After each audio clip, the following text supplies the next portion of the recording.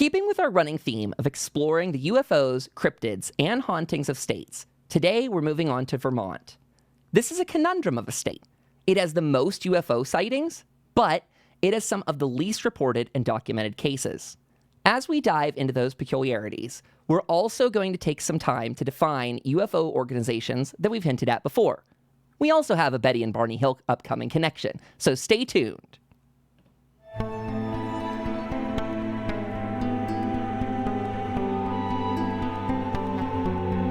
Did it, chat?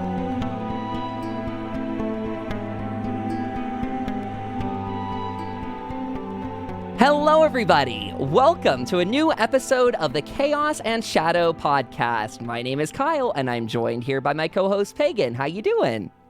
I'm doing great. How are you? Three reads of our pre-roll later, and then we're into the episode. I'm excited for this one, Pagan. This is another UFO one, which we always enjoy. And we're gonna dive into this case. You guys heard that pre-roll, so I won't harp on it much. Did want to say though, we are working on some really cool stuff, especially on YouTube for those that haven't checked it out. I did a Shadow People and Sleep Paralysis episode that came out this past Monday. And so people are already listening to this in the archived feed. If you're listening to this on YouTube, this episode, or on the podcast feed, it's already out, but there's a Betty and Barney Hill mini-sode that's out. So if you didn't catch the previous episode of Betty and Barney Hill where Pagan and I talked about for a full hour, you're going to be able to get a nice 10, 12-minute one up on YouTube. Because again, they're going to come up today, and we're going to talk all about it. So are you ready, Pagan? I am excited. I'm kind of... We are in a brand new space as well, so this is great. Indeed. Brand new state. Moving on, we've done what now? Maine, New Hampshire, and finally Vermont. I guess we can also tease that we're kind of planning Massachusetts to tie in with Halloween. So wait for the month of October. We're going to be going ham on that state. Some Salem witch trial stuff. It's going to be good.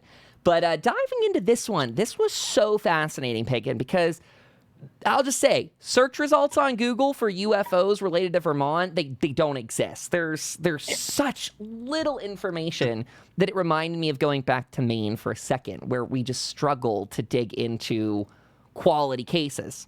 And I'll set this up in saying it's interesting because, according to, I guess a lot of mainstream media people picked this up, but we chose one from USA Today that quoted Vermont as the best place to look for UFOs. At least it's the best place in the northern states. They gave it the full crown jewels, though. They were like, if you're going to find it, Vermont. That's kind of strange, wasn't it? The lack of info? That is really strange. And, you and I talked about this a lot when we were doing our research for it, that we're sitting there and we're trolling through Google and we're trying to find these cases and all that. And there just was nothing. Not a blip on the radar, nothing. Yeah. It was quiet, unusually creepy quiet.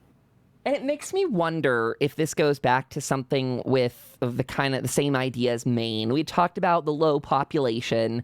We talked about all these different little reasons that might hinder some UFO reporting. This is one that should actually help in the reporting. It's sad that it doesn't lead to much more detail being shared, but I like that the USA Today article actually showed what amount of households are without internet per state. It's something I only got to look at a very, very small bit in this, but basically Vermont, only 13% of their population are without internet. That's the 23rd lowest state in terms of, not having an internet connection there. So a lot of people are connected. There's some states that are upwards of 20+% of the population. So they've got a lot of internet connection. Maybe that's why we were seeing such a bulk of reports, but then not someone to follow through and investigate deeper. Yeah, that was the one thing I really didn't like about our research is there were so many reports, literally hundreds of reports, chat. And the weird thing about it was that we just could not find any news articles, not even really any government kind of stuff to back anything up. It was just somebody had taken the report and basically did the whole kind of X-Files kind of thing, which is interesting. We have a tie into X-Files here in a little bit, but we'll get to that later. And we do. But tying it to X-Files, they just kind of shoved it in some, filing cabinet in the basement, virtual filing cabinet in the basement of the internet, and just was like, whatever. Nobody's going to want to see these. Moving on. You are not wrong. I will call out here that USA Today and some of the others that picked this up all did some little math on their own part where they kind of took into account total sightings versus population versus all kinds of different things like that. Again, the internet without, or households without internet. So they did some math, but it just surprised me. We actually stumbled upon the National UFO Reporting Center. We came across a big list of theirs where it was very up to date. I mean, they're still actively doing it. I think the latest one we had seen was like August 20th. We're recording this on September 3rd. Right. So it had been updated within the last 2 weeks. And there were tons of reports broken down by what type of craft, locations, all that good stuff, timing. And then they would include some anecdotes, some other information. But there it sits as just like kind of a one-liner, just a one-off, no follow-up. And that makes me sad. Yeah, it really did make me sad. And the thing that kind of bugged me, we'll actually talk about a couple of those reports that we found that kind of had some meat on their bones as we were talking while we were doing our research. A lot of the claims didn't have any meat to them. There was no follow-up. There was nothing, Yep. And don't get me wrong, I completely can understand why there is no follow-up, because if we actually look at the estimated cost to run, I think just the website. I don't know if this is just website. I'm not sure. This one might be more. I'm just going to preface that. I think this is the whole organization. The organization as a whole was roughly about $500 to $5,000 a month, which is a lot of money.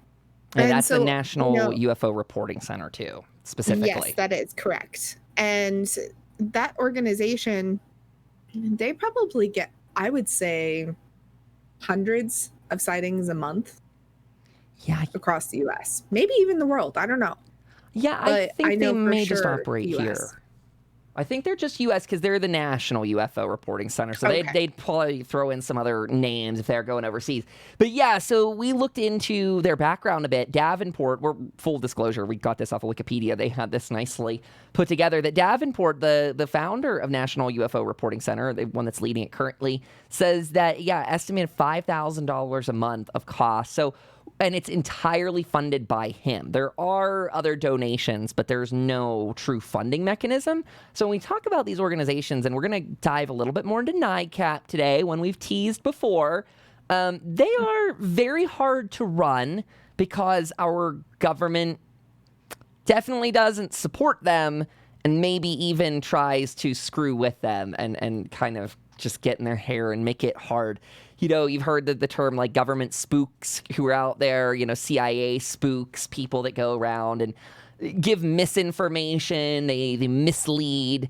And there's been serious cases. We're going to dive into one, I think, when we kind of get closer into the central U.S., but there is a man who was kind of driven crazy by, I think there were people from the FBI. Again, we'll touch on it later. We'll tell a whole story, but like they've got some seriously bad cred under their belt as the government in messing with those in the ufology field. So, yeah, it's a tough one. Without further ado, though, let's kind of tie some things together. We're going to be doing some housekeeping too. So an interesting find for Vermont was a Betty and Barney Hill tie-in, and that was East Mountain, which actually served as a radar location. It was United States Air Force North Concord Air Force Station. It was ground-based radar, like I was saying, and it was built in 1955. It later got its name changed to Lyndonville Air Force Station in 1962 and closed 1 year later in 1963. The cool thing is, that station was in operation when the Hills were having their UFO sighting / abduction in New Hampshire. And even more on the nose, that Concord reported an unidentified flying object sighted in 1961, just a couple hours before Betty and Barney Hill saw the UFO. So that's wild. And it stayed on the radar for 18 minutes. That's wild, Pagan. So, I mean, I'm also a little bit, I remember seeing a bit of this, but I feel remiss that we almost didn't mention it before. But this part gets so excluded often. Like, I don't see the East Mountain facility brought up as much when you start looking into Betty and Barney Hill. It really doesn't come up a whole lot, which I do kind of feel remiss that we didn't bring it up as well. But at the same time, our Betty and Barney Hill case was so big that we literally almost didn't get everything into it. And we still probably could have found more information. Yeah. And I believe that really and truly that when it comes to Betty and Barney Hill, that they are kind of the UFO founding case, at least in the United States.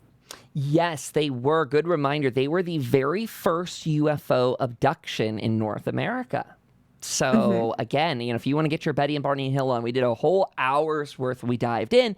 But I think this is going to be an interesting thing going forward where we do continue to find little tie-ins. And if our audience wants us to, we'll continue to bring them up to you, even if it's not just in that same episode. We want to try and get the most honest truth out there as we can find it. And again, that doesn't happen overnight. So thanks for bearing with us. Like, I'm just, I don't know. That was a really compelling case to begin with. So seeing them mentioned again, it felt really on the nose.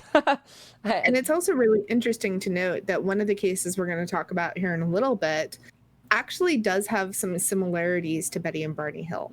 Ooh. I kind of noticed that when I was doing my kind of review before I jumped on the call today and everything else. I kind of read that and I was like, wow, that sounds a lot like Betty and Barney Hill. So we'll talk about that in a little bit, which I'm excited to talk about. Me too. Let's transition because we're working through. We kind of talked about very briefly. We talked the National UFO Reporting Center, but let's talk a predecessor to that concept, which is NICAP. We brought them up in the Betty and Barney Hill episode, but I didn't want to give you guys information when I only knew the basics. I think at the time I said, oh, it's Blue Book adjacent. Blue Book being an official government program to investigate UFOs, where NICAP was actually a private enterprise put together. Enterprise might be the wrong word, but private organization. So NICAP stands for National Investigations Committee on Aerial Phenomenon, and that was founded back in October 24th of 1956 by inventor Thomas Townsend Brown. Now, this was by no means a good, safe launch of a program because they almost immediately got into financial troubles. I should say that this also had a really prestigious board of governors, including Donald Kehoe, who, again, is going to be someone we talk about in the future, United States Marine Corps retired, and then the former chief of the Navy's guided missile program, Delmer Fairney of the United States Navy. United States Navy. All these acronyms all of a sudden just threw me for a loop. So we get this. Just the board alone was prestigious, and then all of their members from there on were people that were PhD holders. Some were actually professors teaching. Others were in the engineering fields, like actually working on getting aircraft and other propulsion. I think they mentioned that some were in JPL and Skunk Works, so Jet Propulsion Labs. It is a cool sounding organization from the start, but man, Pagan, that financial trouble, it's pretty rough. Oh, that financial trouble indeed. And wasn't it just a couple of months after what's his name? Keyhole took over that they ran into financial trouble? So yeah, let's clear that water a bit. It's they have a couple blunders before then. So first we had Townsend, who was leading it, right? That was the founder. Thomas Townsend Brown founds NICAP. And that founding, again, was October of 56. By January of 57, it's 3 months later, they were already in huge financial trouble, to the point that that Brown had to step down from it. So he steps down. Fairney takes charge of the program, and that doesn't make things any better. By April of 1957, again, 3 months later, Fairney stepping down from NICAP, citing personal issues. So in this case, his wife was getting gravely ill. And like you were saying, now finally the buck gets passed to Kehoe, we mentioned earlier, took charge at this point and started to get things floating. Kinda. Barely. Yeah. The reports say that by 58, NICAP had over 5,000 members in it. Kehoe's financial management skills had helped with that, and they were using all kinds of different plans and tactics of getting their audience involved, including newsletters, and it helped that there were some UFO flaps, some recurring cases of UFOs going on, that the public was very interested. And so when they were, still struggling through the 1950s and 60s, they were able to manage to grow it from that 5,000 high to actually their peak of 14,000 members spread across the U.S.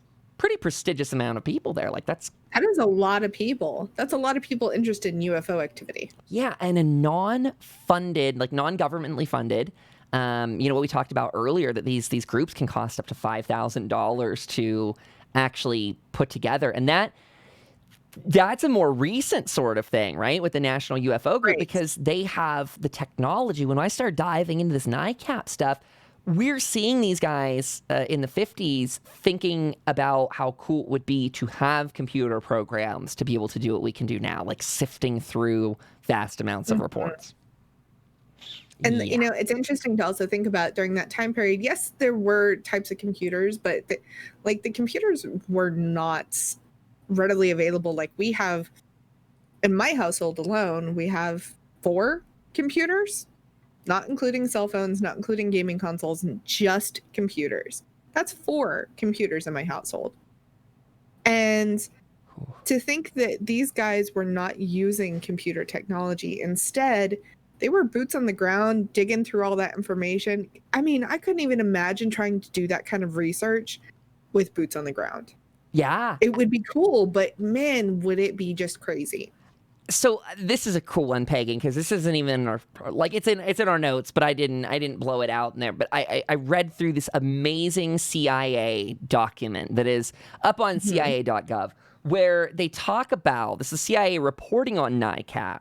They went through and did a full organizational breakdown, even hand sketching here at the very end. We'll have these all in our show notes and stuff, so you guys can check it out on your own too in the feed.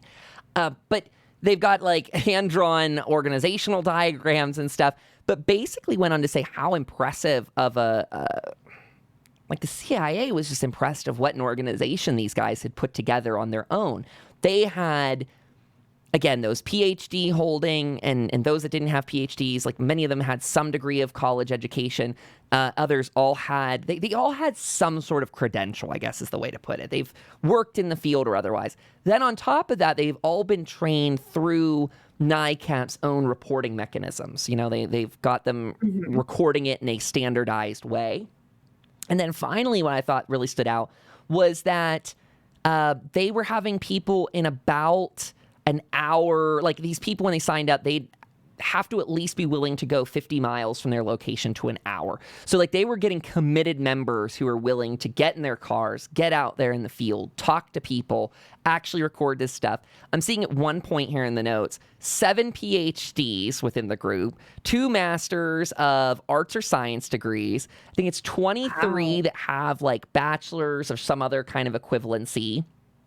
And then so on and so forth. We got physical scientists, engineers, college professors, specialists, doctors, technicians, computer programmers, and businessmen. Oh, pilots, 35 to top it off. 35 pilots that were yes, I'm down with the UFOs. Let's do this. Yeah. So I don't know. I guess this is a coming together and talking about, again, a concept we wanted to share with you guys before, but just to talk about how sad it is to kind of lose some of these groups and how, as we go forward and continue doing this podcast, to kind of set some people up to see why now, still in 2020, we're just struggling to match together the huge amounts of reports, the follow-up that needs to be done to really validate a story, and the crushing economics that go along with it. And Agreed. If you let me, I'll kind of read you guys out on what happened to NICAP, because their end is a little bit of a sad one here. It is sad. So, again, pulling from our friends over on Wikipedia that we tracked back again. They talk about these same things in the CIA document here, but I liked how this was summed up. So again, a little after the 60s, they say by now the organization was all but paralyzed by infighting, including unsubstantiated charges that the CIA had infiltrated NICAP.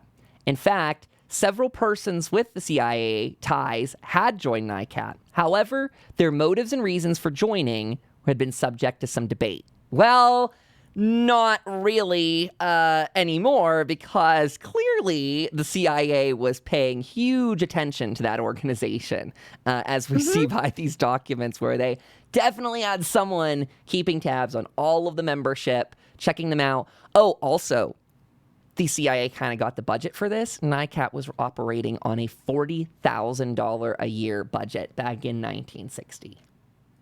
That is wild. That's a lot of money for back in 1960. Yeah, let's do a quick here on the side. So if I can pull this up quickly. I want to do $40,000 to current USD. Let's see if Google gives us a nice one. Is Google not going to tell me? Buying power of it relating to now. Did you do 1960s? Yeah, it's giving me some interesting breakdowns, but it's not giving me like a cool comparison. Oh, well, I'll find it and stick it in here towards, no need. $349,000 a year. Okay, so that's a lot. Peg and I couldn't run this. It's so much. I mean, I have to give it to I believe it was Kehoe that ultimately was the last one stabilizing. In there, correct? Mm-hmm. Yep. And so by that point, there were so many people that had joined, so much that was going on. Could you imagine that kind of money that's being shelled out? Uh-huh. And you have so many cases that were probably also getting reported, but it was harder to get those reports in. I don't even know how they would get those reports to those people. It's wild to think about. And I mean, I don't know. I want to know more about NICAP because of the fact I want to know how they got the reports there. I want to know how they even were like, okay, this is some Yahoo that's down at the 7-Eleven. I don't even know if they had 7-Elevens back there, chat. But anyway, that's not the point. Well, but it's talking about UFOs. I don't even know if that would be like a substantiated thing, or if they just had like CIA kind of skills where they just were like, oh, this person on Maple Street in this town found a UFO, and it's like, how do you know? Did they tell you this? It is interesting. I think people were reaching out, and they clearly had a very, they were organized, again, to what the CIA said. So to kind of add on, so this closed down in the 80s, specifically 1980. And one clarification, because you asked me about Kehoe a second ago being there till the end. Well, actually, Pagan, I agreed with you too quickly. John Acuff became the director going into the 70s. Right. Who was then also replaced by then Alan Hall. So are we kind of seeing a head, like a leadership issue? Because I'm feeling a crisis here where it's recurring bankruptcy and then scandal, and then they immediately call for that person's removal from the board. That's just never good for any group, any business. Just keep changing heads that fast. And they were only active for 24 years, and they went through over 5+ heads of the organization. That's really rough. Like, I am seeing now how NICAP both managed to get those reports in a way through their skill and training and professionalism, but yet also blunder it at the same time with this. Actually, someone accused in one of these documents accused them of being authoritarian. So they had their own accidental mini regime. There might have been by that own accord then. I'm speculating here, but maybe that relates to an element of fear within the organization where people just felt like their time was not worth it, or X, Y, and Z. Again, that's my speculation. But if you're afraid within the organization, that's just not good. Yeah. I'm So, getting some very Scientology kind of vibes off of them, unfortunately. oh my goodness. Yeah, Scientology. I cannot wait to talk about that someday. Uh, Scientology is a wild thing. I recommend that people go out and research some Scientology on your own, but it's a scary organization. yeah, research it It's from like afar, legit. please. Yeah. Just don't try and do any internal research or you'll never get out of one of their trailers in the desert. More on that as we get to California, I'm sure. But Yeah, we'll talk Elron, about that. it's fair to bring it up though, because L. Ron Hubbard is going to be a player that we're going to have to address here in the future too. I mean, we are going to have to talk through just he's so impactful in so many different areas of the occult and all that. So again, good foreshadowing for the future. Yeah, he's got also some interesting, ties to UFOs as well, and the universe and aliens and all sorts of crazy stuff. So we'll get to that later on, Yeah. and it's going to be probably an episode all on its own. To be Oh, fair. definitely. Now, Taco Loco in Twitch chat calls out military command lasts only 3 to 5 years.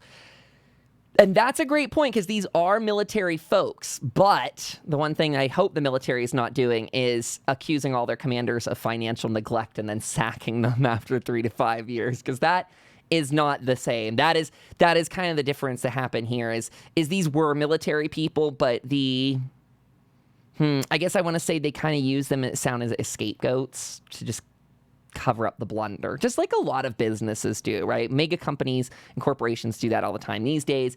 Anytime someone says anything they don't like, they just sack the person, blame it on them. Probably wasn't even their fault. They were just the fall guy, if you will. So, yes. sad. So it is a very sad thing, but that does kind of wrap up NICAP a little bit with, I'd almost say in kind of a nice little bow, but at the same time, it doesn't matter what it is in the paranormal, the occults, whatever, UFOs, cryptids.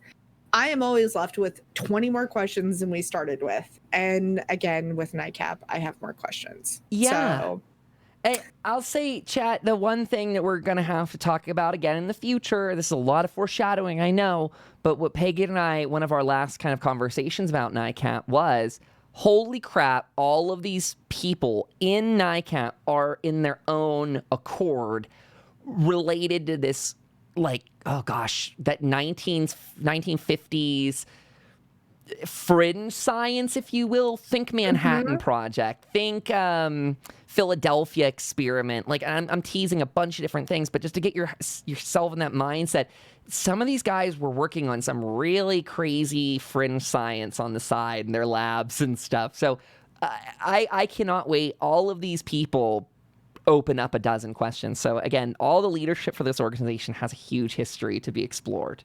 Finally, our last thing with NICAP, though, for today, I'll be mentioning if you guys want to get into the X-Files, which apparently is on Hulu, their first season 1 episode by the title of Fallen Angel actually referenced NICAP a bit in the shape of a researcher named Max Fennig. And that person came back later, season 4. But it's kind of neat to see. I mean, X-Files is obviously played well off of the 90s UFO interest. And I just love to see they did a NICAP toss in there.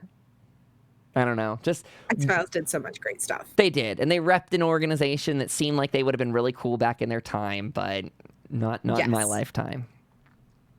Yes. And if you haven't watched the X-Files, if it was before your time, like Kyle said, it is on Hulu. You should go watch it. Mm-hmm. It's definitely great TV for the 90s. Yeah. And then, Pagan, you pulled us out some stories these were from the National... I did pull out some stories. You got these from the National UFO Reporting Center, is that right? I did. Goody. So the first one's kind of long, so I'm going to break it up a little bit and we can kind of talk halfway through because I want to point out some interesting stuff that very much reminds me of Betty and Barney Hill. So this took place in Burlington, Vermont, and it was around 11:17 p.m. This gentleman and his wife went out for a ride. They were traveling south on the 189, I'm sorry, and they see 3 really bright lights, bigger than the full moon or the brightest star, flying in a formation. Then they noticed that the 3 were flying in a formation and that they were being followed by even more bright lights, too many to count. However, the very front light in the formation shot behind them in the direction of north, and another one took its place. But then the sky got so bright that it looked like it was behind us, that the sun had popped out, and the light disappeared from behind them. And I apologize, chat, if it sounds a little chaotic, because the guy who wrote this wrote it very chaotically, and I'm trying to make sense of his own writing because I did just copy and paste his thing. I will be honest. It was so bright that it looked like it disappeared behind them, and they were trying to see where it was and suddenly stopped. And meanwhile, all the lights and all the tails look so far from a distance, and they were completely in awe. And after a while, there was a craft that was oval shaped, and it looked like a giant apartment building hovering in the sky that had bright lights up its sides, and that they could see different spots through the side. So that kind of, the apartment building and the bright lights and the oval shape, that really resonated with Betty and Barney Hill for me. Because if we remember, I believe it was Barney that actually looked, and he could see the different kind of windows and the people kind of, or the humanoid figures, I should say, moving around inside of them. I don't know if this guy actually saw any humanoid type figures walking around, but the apartment style building kind of shape of it, even though it was in an oval shape, is just extremely interesting to me. Yeah, there's a lot of comparisons to buildings, especially in the stuff we listen to. That also makes me think Exeter incident that we talked about. They compare it to the size of a barn with a red light there too. So this idea, and the swarming idea is another one too, or multiple lights. So I wish, it would be interesting to see if this guy had gotten more. And I know you got a little bit less, or I'm sorry, a little bit extra for this case to drop on us. But you're right. Something to be said about how it was kind of circling the vehicle in that way, or almost toying with its location, feels very reminiscent. Yes, very reminiscent, especially of the Exeter incident, because of the way that it, at one point in time, this gentleman felt like he was being chased, or they were being followed. And I would say that, you know, that was very true of Exeter, because the gentleman whose name escapes me at the moment felt like it was going to run him down, and he ended up in the ditch because of it. Yeah, Muscarello, thank you. So let's carry on. Yeah. They were sitting on the side of 189 with their hazard lights on, and they'd been watching for about an hour, not longer, because a vehicle went by on the north or south lanes. He sounds confused. He didn't really know. I can tell, because he you're didn't really right. know which direction it was going. And all of a sudden, a bright light illuminated completely on the bottom side of the craft and shot straight up to the point that the bright light from the bottom of the craft was a little bit bigger and brighter than the North Star in the sky. Oh. Then they moved so fast in the eastern direction, just flashes of lights. It was all finished when it was all finished, it was about 27 minutes long, but it was like 2 hours. It felt like 2 hours, apparently. The two of them were physically drained from it, and he was driving home. He was so drained that he actually started falling asleep while driving. Wow. His wife was asleep 5 minutes after it disappeared. We see planes all the time and different types of helicopters, but because they live close to the runway in Burlington International Airport, the helicopters fly over on their way to the hospital. It's very noisy, but these crafts were not anything like anything they had ever seen. He truly believes that they were seeing UFOs on America's Independence Day. That's, my goodness. So Independence Day throws a little bit of a wrench into things, just because of the sheer amount of fireworks and stuff that are launched, right? Like, that's just a sheer fact that anytime you've got sightings in relation to days where fireworks are going off, we often hear flares as the explanation for many things. That's what people tried to say the Phoenix Lights were. Another famous case we'll talk about in the future when we get to Arizona. But In that case, people were, the government was saying, "Oh yeah, that was a training test. We were dropping flares," and I believe they recreated it in that case. They even went up there and they're like, "Okay, we're gonna drop these again," and they looked nothing apparently like what the people were reporting at the time. Yes, Everyone that sounds is like, correct. no. So that idea of fire, like, okay, sure. I don't really honestly know what a dud firework looks like when it goes up there. I've never, to my knowledge, seen one. So, just understandable that there's stuff going into the air that night, stuff exploding, lots of lights potential. But at the same time, I also can pick out a firework from afar when I do see one go off. I'm pretty sure I know what that looks like. I do recognize that weather conditions can play havoc on that. But also, aircraft going over the sky. A lot of us are very familiar with it, what aircraft looks like. And I know that it can be distorted again when the situation's right. But these cases, especially like the three that we've just tied together, let me exclude this one for a second, but let's say, Betty and Barney Hill and Exeter, two local ones, those are people that claim to get really, really, really good looks at this, and they still turn down the aircraft thing, saying no sound, just didn't match. So this is ultra reminiscent and not far either from where these other cases happen. Far. No, not far at all. And I guess that, despite the fact that it was on, Independence Day and everything as well, the fact that it looked like the giant apartment building, that's the one that's like, there's no firework anywhere that looks like that. Now, they can make firework shapes that do that, but it's going to be an outline shape. That's it. And then it's eventually going to fade away. It's not going to do a whole lot. The fact that this actually did that, and it was this oval shape that looked like a giant apartment building hovering in the sky, and there were other bright lights and all this other stuff. I don't believe that it was fireworks. I believe he saw something. As to what it was, I don't know, but it does sound a lot like Betty and Barney Hill's case. And since we're kind of having our nice little relaxed fit style tonight, we're talking about this. Let's actually see. I'm using Google Maps here on the side. So that case was Burlington, Vermont. And Burlington, Vermont, yeah. We're looking, I kind of went over to Lancaster, I took the route over to Lancaster, which is about where the Hills saw theirs. It's only 2 hours away, and it looks like the majority of that drive is made long because of the kind of mountainous region that you're having to kind of veer around and stuff.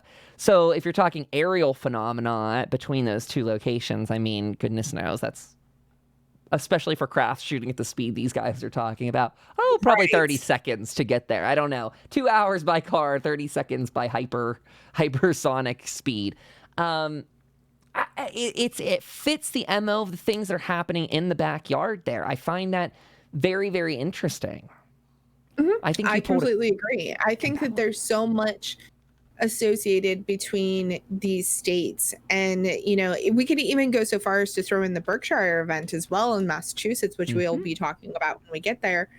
But if you get to those cases, and those ones plus this one I believe was, I want to say this was 2015 that this was recorded. I'd have to go back and look, but I believe it was 2015. But the fact of the matter is that we're still seeing things that are similar to cases that are well over 50 years apart. Yeah. Is just extremely interesting. And it just kind of, I would say, even adds more credibility to Betty and Barney's case, to be fair. I like the line in that one also where they talk about being drained, because apparently, and this is going to get into that thicker, meatier ufology stuff for the future, but there are connections with both damage to the bodies of people that see UFOs sometimes, meaning in reading the Mothman Prophecies book by Keel, he talks about kind of the rays. I think he calls them actinic rays that come off of UFOs. I admit that's a little bit above my knowledge base, but he equates it to being zapped by UV radiation. So those that are looking at a UFO may actually have conjunctivitis the following days, where their eyes are all puffy and sore and stuff. So this kind of weird physical manifestation. That's where Keel was talking about damage to the body, but then there's other cases that kind of talk about how it might be using your energy to manifest. So feeling drained afterwards. I guess for those that are just nuts and bolts thinkers out there, this might be a foreign concept of UFOs, but we've teased it before. Not everyone believes they're physical metal crafts flying around the sky. Some people think they might be more psychically inclined or energetically driven. So I don't know. And, that energy drain also is not just a UFO alien type phenomenon. We see that a lot in the paranormal type phenomena as well, where a spirit will basically use your energy and drain you of your energy and other energy along with like electronics and all that to manifest. Yes. Or to communicate or to do something. And so is it so far as to say completely out of the spectrum that aliens could do the same thing? I don't think so. I think that they, in some ways, there's, Kyle and you and I have talked about this before, kind of behind the scenes, that perhaps they're all connected in some way, shape, or form. And this is kind of one of those things that kind of really puts that nail in the coffin, so to speak, of saying that, yes, they might actually be connected. Yeah, I think that's like the ultraverse or something like that. The super spectrum is another term for it. This is, again, I'm pulling on my John Keel knowledge here, Mothman stuff. But that's a fantastic, I really think as we dive in and get deeper into UFOs, we keep doing our state-by-state thing. I think we're going to, you and I personally, and our audience that are just hearing this, our goal always being to bring stories to your attention that many of these cases you can just go through your life being like, yeah, I know a couple UFO stories and that's fun. But there's so many of them out there, and some of them are really well documented or at least have some very compelling information, whether you're a believer or not.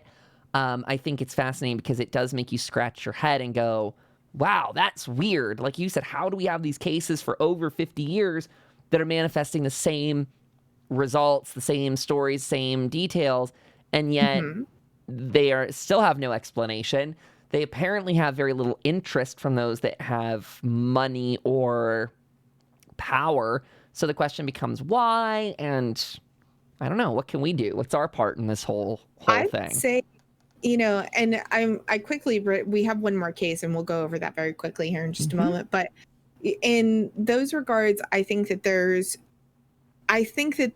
a generalized connectivity of all things. And it's, in the pagan side of things and the witchcraft side, we see very much that everything is connected. There is this great kind of energy connection. So why couldn't it be the same for those, I'm going to throw the term out there because it is in Keel's book and he does talk about it. And I believe that they call them ultra terrestrials, right? Where everything is one and the same, or they are all linked in some way or come from the same kind of, I guess, energy plane of sorts. And so there's no reason why we couldn't say that potentially aliens could do the same. I don't know. But before we run out of time, let's talk about this other case really quick that also has more ties back to Betty and Barney Hill and the Exeter case.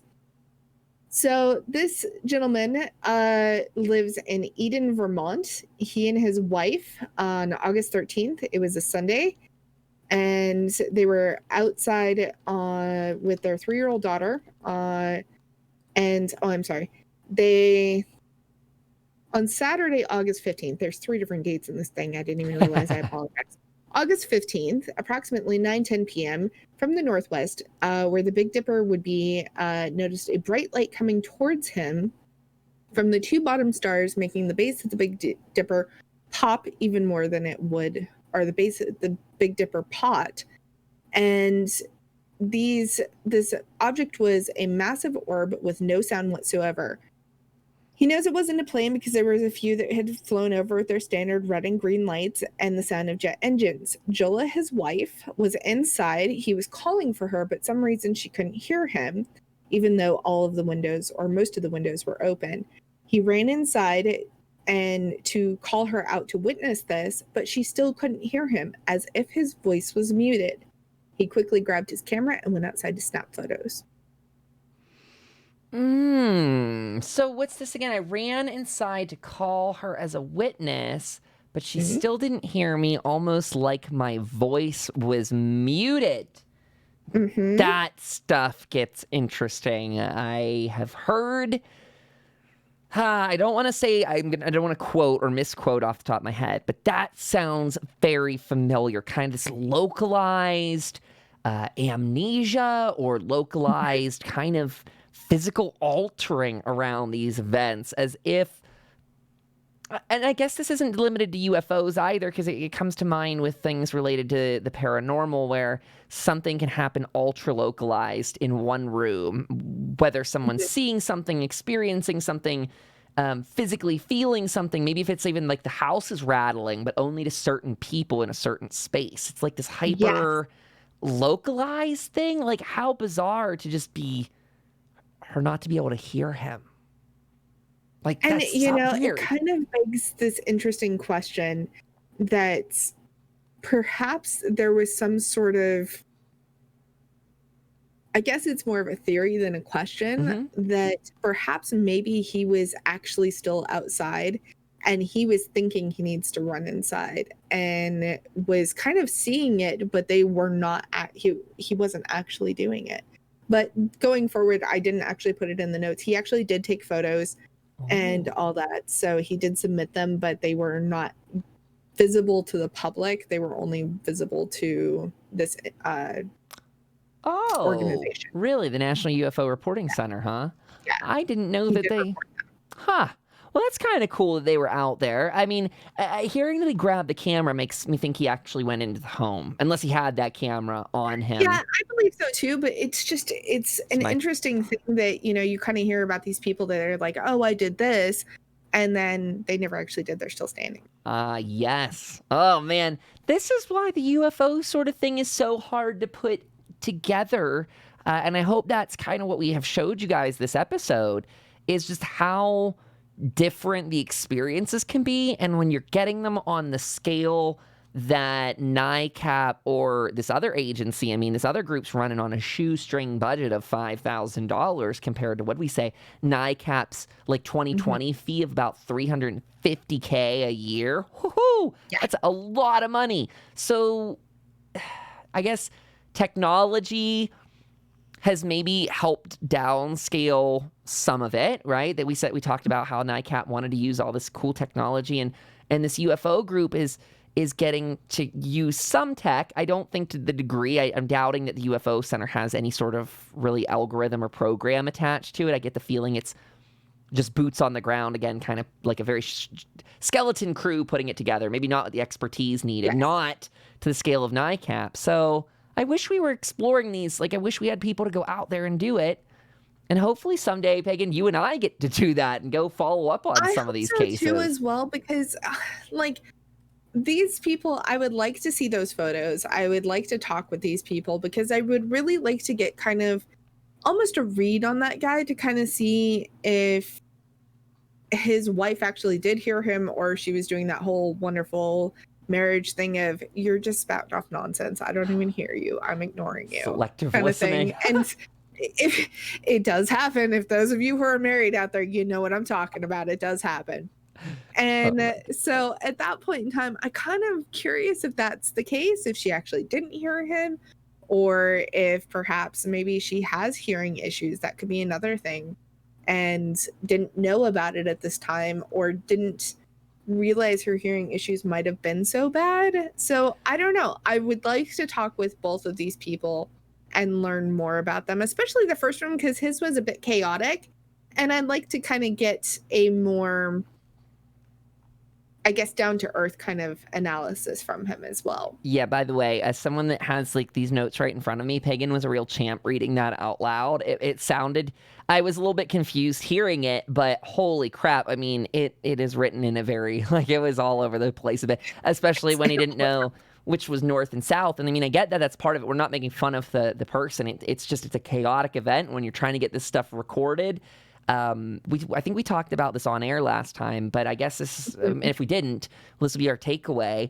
Remember, everybody, if you're trying to catch UFOs or any kind of footage, documentation is so important, to the point that I'm kind of working. I forgot about this, Peg, and had in the works an article with some best tips and practices that I want to get out there for people, because we see a lot of things on YouTube and the like where people are recording it, and then they're recording it with a phone, a modern, nice like iPhone or Android, and then they lose focus on it by turning the camera themselves. They're probably getting distracted in the heat of the moment. But the danger of that is anytime your source leaves the field of view on your phone, it's very easy for people to edit and manipulate, put cuts in there while the thing's away. And then, and we've seen that too. You and I have debunked some videos that aren't super realistic about it. So when people can, if you guys ever have a strange encounter, first thing to do would be collect yourself, realize what you're seeing is strange, but also remembering that, wow, you got this amazing phone that, stamps it with the time, the date, and all this other cool stuff. So as long as you're recording it, doing a good job, don't even focus on pictures, because pictures, again, super easy to fake. They're not worth much in I hate to invalidate photos, but they're so easy to manipulate. So just try and get as much succinct info as you can, and back it up too, because a lot of these stories end with people saying, we had really good evidence, and then it disappeared. So use those clouds, use those USBs, get them out there and save in multiple formats. And I think you can always submit it to Chaos and Shadow. Yes, that brings us into the wrap up to say, you guys, plug. Totally shameless plug. Go over to chaosandshadow.com. Submit your stories using our submission form at the very bottom of the page. That thing is really, really amazing. We get your stories. There's an option if you want to have us share them or not. I was thinking, Pagan, we should probably change that to if people want us to share their names with it or such, because some of these cases are just absolutely fascinating, and we do not need to, link their person to this case, but just to have these on hand is very interesting, because what you guys are submitting to us really resonates with a lot of just different cases. So if you go to do it, also include what your, location is and all that other stuff, so we know where in the globe you might be experiencing this. Also, would you like to tell them a bit of what's going on Patreon lately, Pagan? Oh my goodness. It's busy. There is so much going on Patreon. We have the $5 roll gets you so much great stuff. And one of the great things that it gets you actually went out today from Kyle. And that was, you got to preview his brand new mini-sode on Patreon today. Yeah. And it actually launches tomorrow, correct? Yeah, so that's the Betty and Barney Hill one that I started. And before we even knew that they were going to have a tie into this, that was kind of the weird synchronistic sort of thing. Yes, so patrons got that early today. Today meaning Thursday, the September 3rd. Friday, that will be live for everybody. And to our patrons, that was us kind of playing catch up. So in the future, patrons should get them like 5 days early instead of just one. But you got 2 episodes in 1 week, both the sleep paralysis and Betty and Barney Hill. Boom. We also did a really great Pisces full moon tarot read, which I did, and that was on Tuesday. That was for our Tuesday tarots. And those are free on Patreon. And then for our seeker role, I did an article on Wendigos. So if you are interested in the cryptid of Wendigos, head over to Patreon and consider subscribing, because that's the only way you're going to get access to it. It's so worth it. It's totally worth it. Oh, it's such a great article. I had so much fun researching it. And so much so that I still have so much research on Wendigos that we're going to do an episode just on Wendigos. I guarantee it. Yeah, Pagan and I had a brief aside where we're, content collecting. We're getting all of our thoughts together to make content, I should say. And we're like, do we want to cover it in this format? What if we do it this way in the future? And I think we looked at each other and we're like, people are going to want this no matter what. These stories are so fascinating that if we cover one of them in an article in advance, or if we cover in an article, after the fact, it's just we're going to have that much more information on it all. We're going to have double the sources, double all the material for it. And I kind of felt that when I was doing both this prep, right? Because we had the hills in it. And with that mini-sode, just to see how much we've changed over the past couple weeks, I was looking at some of that research and I was like, oh my gosh, I need to make sure to highlight this and that and like things that had kind of slipped past. So very, very exciting. I love it. And then coming on Patreon, we have one more big thing. Yeah. And that is going to be, Kyle and I are going to be recording the bonus episode this weekend that's going to be coming out next week. Yeah, that is we'll have to coming talk about that on the out. Yeah, we schedule. won't give you guys an absolute date on that. That's to come out the week But of it the will- 7th.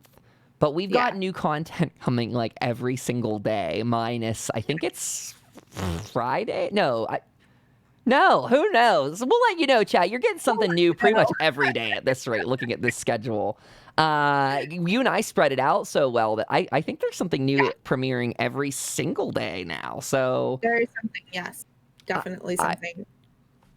we impressed even myself in that case. So look forward to it, chat. There's going to be so much. I'd also say go over, check out our Twitter, Chaos and Shadow. We would love the follows. We are also running a giveaway right now. You can find that over on Twitter, and it's here on Twitch. We're going to include something in the show notes, but if you guys want to get a sticker from the show, one of the emotes we have of Louie, my dog, feel free to enter in that. That will go on for about a week, and we'll probably pull it on our next episode. So look forward. We're going to be running those for a little bit. We encourage you, that'll get you going through some of the steps there of following on Twitter and joining Discord. We have lots of people over there sharing their stories and chatting. But Pagan, I think, you got anything else you really want to pimp out to the people today, or should we let them go with that huge list? I was going to say the only thing else that we need to pimp out for them today is if you haven't already joined the Discord, come over to the Discord. We have a whole section for Chaos and Shadow folks. We would love for you to submit your paranormal news articles, your UFO news articles, whatever you want to talk about that's in the realm of the paranormal. Definitely come talk with us over there. It's a great place for you to also connect with me and Kyle.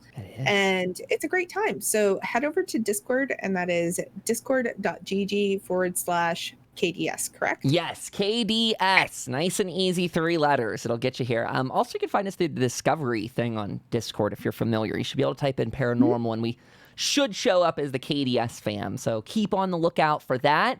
Pagan, thank you so much for coming this week and sharing your immense knowledge. It was lovely to have this kind of breather episode where we could just kind of dork around, look up some facts and figures on stream. I feel really personally good because we got to finish the NICAP thing where we teased it before, and now we got to give you guys a nice rundown on that. We've also teased a lot of concepts for you guys to go out and research. So look at that. Oh, and I guess I will tack on one last and say Twitch. We're live on Thursdays, 7 p.m. Eastern time, recording the show. We're doing a sub goal here on the channel. If you want to subscribe on Twitch, we're trying to do a paranormal movie night. So if you have a subscription, if you're out there and you've got Amazon Prime, that counts as a free subscription every month. So if you're not already using that, it is well worth figuring out how. I mean, we can help you with that. You can Google it. There's lots of guides and videos and all that jazz. But that is a cool way that if you're already paying for Amazon Prime, you can drop that Twitch sub. Helps us hit our goals, helps us stay funded, growing this brand out, growing out our research. So that comes from the bottom of my heart. Thank you to everyone that has done that. We love all the people that have been supporting on Patreon. We love the people that have been watching and just giving us such great feedback overall. It means a lot to us. And that's all I've got for you this week. There's my mushy ending, chat. So thank you all for listening. And we'll catch you next week as we continue with Vermont and get into cryptids, which they are loaded with. Yes. Yeah. There's so many great cryptids, y'all. I can't wait to talk about them next week. We will see you all next week. Thank you so much for joining us, and have a great weekend, everybody. Yes, chat. We'll talk to you soon. Bye-bye. Excellent. You guys, that was fun. I'm gonna just roll in our outro music the old fashioned way. We can play it though, chat. We'll play it for you nonetheless. Chat, you get this. Light, thank you. Oh my gosh, thank you for that sub. Oh, that's very nice of you. Aww. That was very, very nice of you. That was fun to do a little breather episode, chat. I hope we weren't too scatterbrained or anything, but no, I think it actually was all really well tied together. I hope so, because we were presented, we'll just say that Vermont